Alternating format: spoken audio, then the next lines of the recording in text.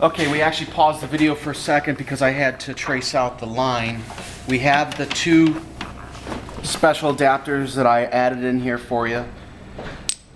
Basically, I just set them down here, or you could wind them up and put them in here. And all you're doing is you're taking the speaker cable that's going to the speaker. You have the line in one end, and then you have the other end. And all you do is just plug it right into this. Now you're setting up your two speakers so that you're able to have them set up. Now, as far as the speakers, you'll notice that these levels are completely down. This is just in case you ever had a microphone that you actually took the speaker and you took it outside and you're not using it for anything other than wanting to speak through the speaker and not using the system. You could actually hook up a microphone to either of these and project the sound through here because it already has the amplifier in there. But this is exactly where you plug this in. You have your power cable. You always turn this on last. You do not, when you turn on your system, this goes on last.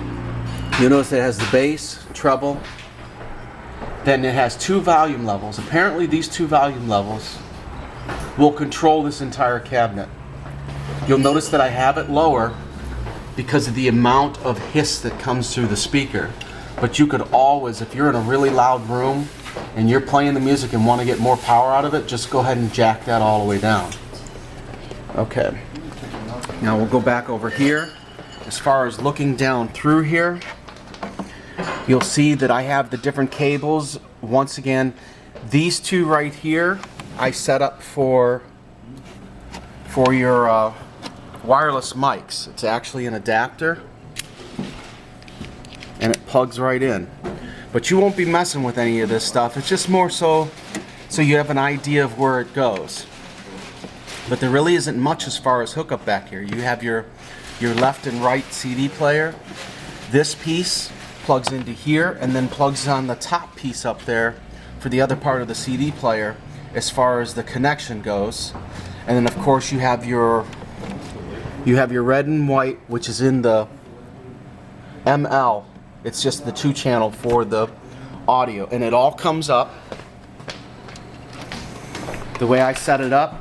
Here's your microphone inputs that I put in there. That's going to be controlled on channel 1 and channel 2. You'll see that you could flip the toggles.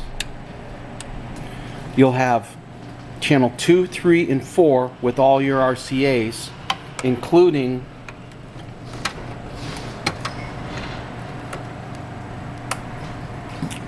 you could actually do this if you want as far as hooking up zone, but the way I would rather do this is if you have your karaoke player,